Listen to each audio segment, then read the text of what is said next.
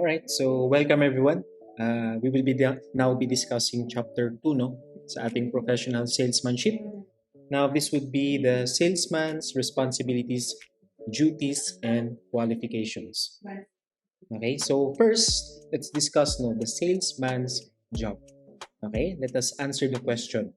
Ano nga ba ang trabaho ng isang salesman? Alright, so by definition, a salesman job, the duty is to obtain an order. Okay, that is the end goal of being a salesman. Diba? To obtain an order. Merong bumili sa iyo ng inyong product or services. Now, money, time, and effort spent by a salesperson will be wasted if he is unable to achieve a sale at the end of the day. Kasi ito naman ang the end goal of being a salesman, to obtain that order. No? These resources will be wasted kung hindi bibili ang ating customer. Okay? Hindi siya bibili. Now, a salesman is considered as a communicator. Magaling siyang makipag-communicate sa tao.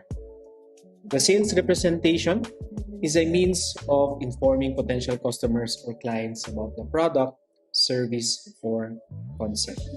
The ability of the salesperson to communicate all of this information about the product to the customers is very important. Now, the salesperson must be an adept in conveying the positive aspects of the proposition of his prospects. Diba? The goal now is to highlight the positive information about your product, and that is the information that you are going to communicate to your customers. Okay, again, a salesman is a communicator. Okay, in Tagalog, magaling pong magsalita. Okay? A salesman is a problem solver. Okay? A significant portion of our population has come to view the salesperson as a high-pressure persuader whose primary purpose is to convince the buyer to purchase something he neither needs nor desires. Okay? The goal of the salesman is to identify the need and wants of the customers and provide an economic solution. And sometimes, hindi pa alam ng customer na kailangan niya talaga itong bagay na to. That's why, as a salesman, we must make the customer realize that he has a need or she has a need. At doon natin ipoprovide yung economic solution. Okay? Again, a problem solver. Now, a salesman must look into, number one, the need to be satisfied. Ano ba ang kailangan ng tao? The economic solution or the product to satisfy the need. The source of the product, saan natin kukunin yung produkto? How are we going to produce that product? The price to be paid, okay? And the price is a very sensitive topic kasi syempre the buyer and the seller should agree about the price. On the buyer side, dapat mababa yung price that he or she is comfortable to pay with. At on the side of the seller naman, syempre comfortable siya dun sa magiging profit. It's an agreement between the buyer and the seller. That is the price. And number 5, the time to buy. Okay? Where and when should you sell the product? It's all about timing. It's all about location. Ayan. What else? The salesman as an educator. As a salesperson, you also have to teach your clients. Sometimes, as a salesman, nagiging teacher ka din. Okay? You have to share your bright ideas and how your solutions can specifically solve their needs. You have to create specific value versus general value. Okay? You have to teach them about the benefit of what you have to offer. Diba? Sometimes you are even experiencing yung mga salesman na tinuturo talaga nila all aspects of their product sa kanilang customers. Diba? Ito po ang bilhin nyo, ito po ang magagawa niyan, this would be the benefits, this would be the advantages on your in solving your need. Lahat yan sinasabi nila. Okay? What else? Salesman as a human relations expert. Nagiging HR din po ang isang salesman. Okay, a salesman needs human relation skills much more than others. It is in relation with yung pagiging problem solver ng isang salesman. Diba? You need to have that human touch or human relation skills. As he interacts with variety of people in diverse situations, he must show diplomatic skills and composure. Okay? He should show tact and intelligence while dealing with his customers. Ayan. Alright, so what are now the aims and objectives of a salesman? Okay. So, since all salesmen deal with the sale of products, services, ideas, certain goals must be achieved. Now, we have 3 objectives of being a salesman. First is the ability to sell himself or herself. Okay? Next is, of course, to sell the business. Diba? Okay. The business. And third is to sell the product. So, 3 objectives po tayo. Now, bakit natin kailangan ibenta ang ating sarili? Diba? Our goal is to convince the buyer to buy our product. Siyempre, we must sell ourselves that we are a good educator, a good communicator, a good human relations expert. Diba? Tulad ng mga pinakita ko kanina, yung mga characteristics of a good salesman, dapat lahat yun meron tayo. By having those qualities, dun lang magkakaroon ng trust between the buyer and the salesman. The second is to sell the business, di ba? The buyer must think that our business is good, di ba? That's why we not only we are selling the product, siyempre isa-sell rin natin ang ating business for them to buy again from our establishment. Okay? And last, of course, is to sell the product. Diba? Again, we must inform our customers about the benefits and advantages of our services. So again, we have 3 objectives. Sell himself or herself, sell the business, and sell the products. Ayan po. What are the duties and responsibilities of a salesman? Ayan, dito medyo madami eh. Pero ang number 1 natin, of course, is to sell the product. Yung selling na responsibility natin. Even entrepreneurs, di ba? Kaya yung last chapter, sinabi ko, an entrepreneur is also a salesman.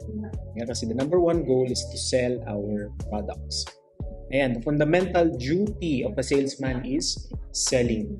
Now, this duty includes meeting the prospect. Diba? Sometimes, we need to know our customers. Makipagkilala tayo sa ating mga customers. We present and demonstrate the products. Diba? Inducing the prospects to buy. Diba? Convince them to buy our product. And if they eventually want to buy our products, we will take orders and effect sales. Dapat makakabenta tayo. What else? We need to guide the buyers. Aside from telling them the information about our product, telling them the advantages of our product, we should also guide them. Okay? Guide the buyers in buying the goods that they want.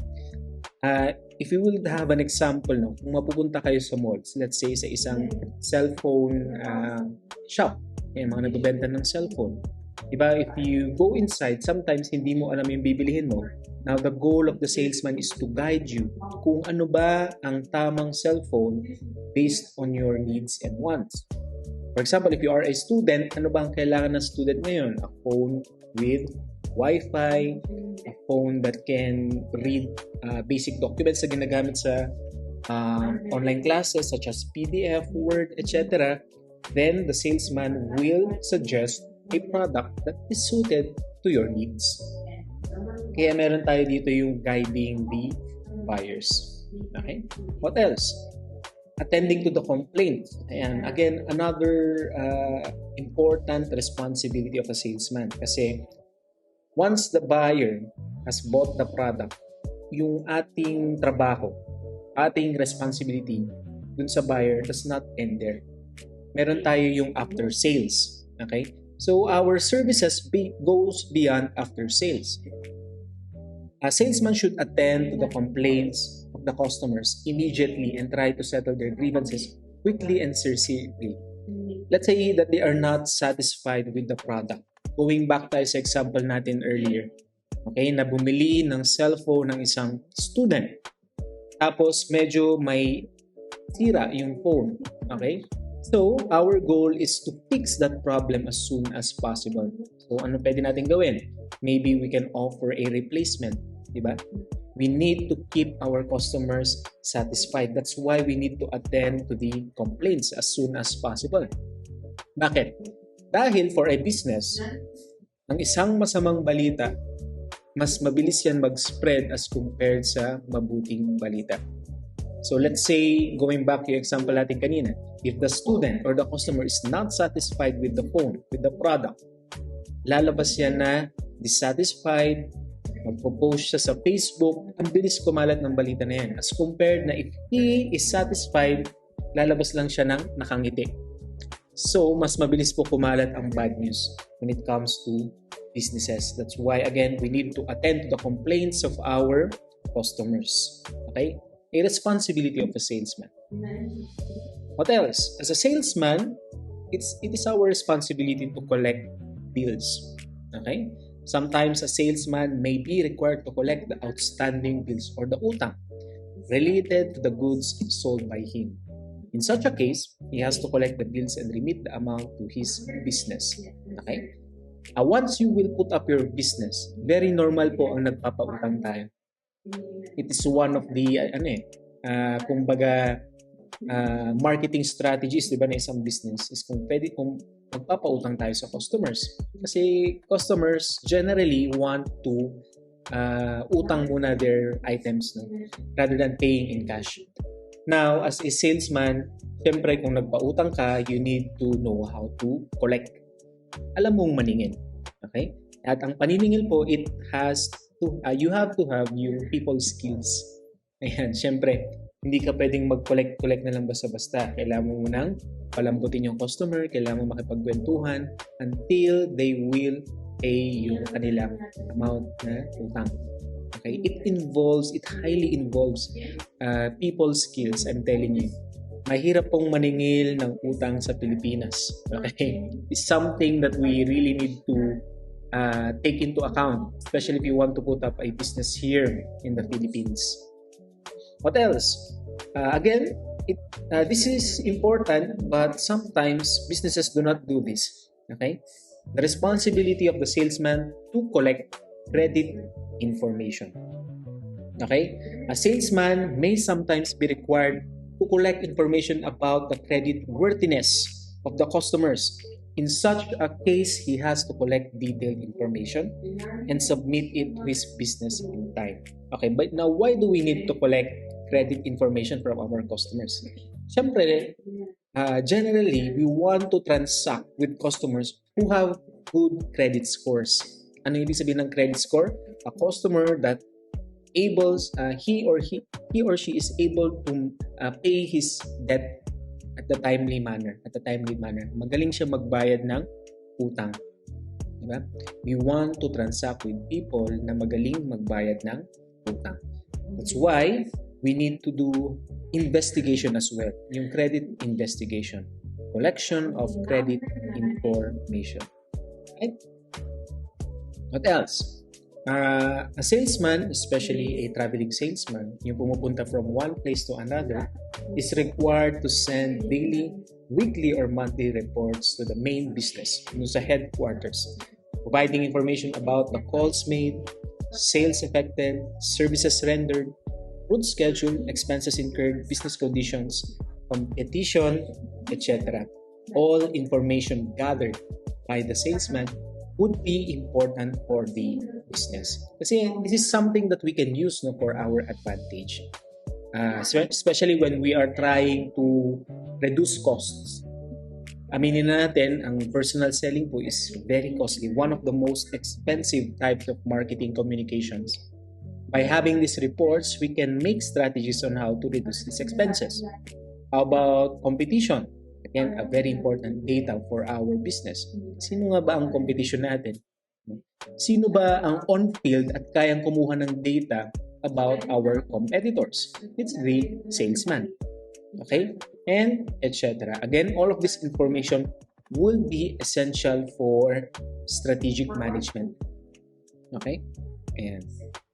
And we have the promotion of goodwill. Okay? Ano nga ba ang goodwill? Ano nga ba ang goodwill?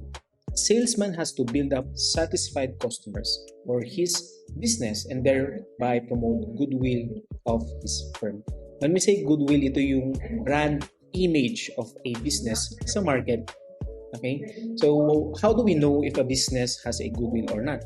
Diba? Kung matunog na siya sa atin. For example, if we say fast food, ano ba yung business na naiisip natin that has high goodwill? Usually, di ba, is Jollibee. Yan. A good brand reputation. And sometimes, salesman is responsible in promoting. Kasi nga siya yung on-field, siya yung nakikipag-usap sa mga tao. And a salesman should be a good communicator. Diba? Kaya niyang i-communicate yung business. Selling the business. Selling your goodwill. Promoting your goodwill. Okay? And last, in the case that we are now expanding, nag-expand na yung ating business, responsible po ang salesman in the recruitment and training of other salesmen. So, recruiting new salesmen, imparting training by accompanying them while making sales calls. Ito yung parang passing the torch or passing the knowledge to other salesmen. Okay? Siyempre, if your business is growing, hindi kakayanin yan ng isang salesman. Diba? Dapat madami yan. Diba? Para mas ma-cover niya yung mas malawak na lugar. So, you need to recruit, you need to train other salesmen. Ito pala, may last pa. Which I think is becoming popular nowadays. No? Working with the middlemen. Salesmen establishment direct relations with middlemen such as distributors, wholesalers, etc. and collect market information and pass it on for their business, in their business. An example po nito is if you are trying to sell your products through middlemen such as yung mga stores or grocery, diba, they will sell the product for you. Maganda rin na you have a good relationship with them. Kasi sila yung, they will serve as your distributor of the product. Yan. In Facebook, diba, this is becoming popular. Yung tinatawag natin po is resellers. Finding resellers. Diba? I will find a reseller to sell my product on my behalf. Siyempre, you should have a good relationship with your reseller. Ito yung good working with middlemen. Okay, so those are the duties and responsibilities of a salesman.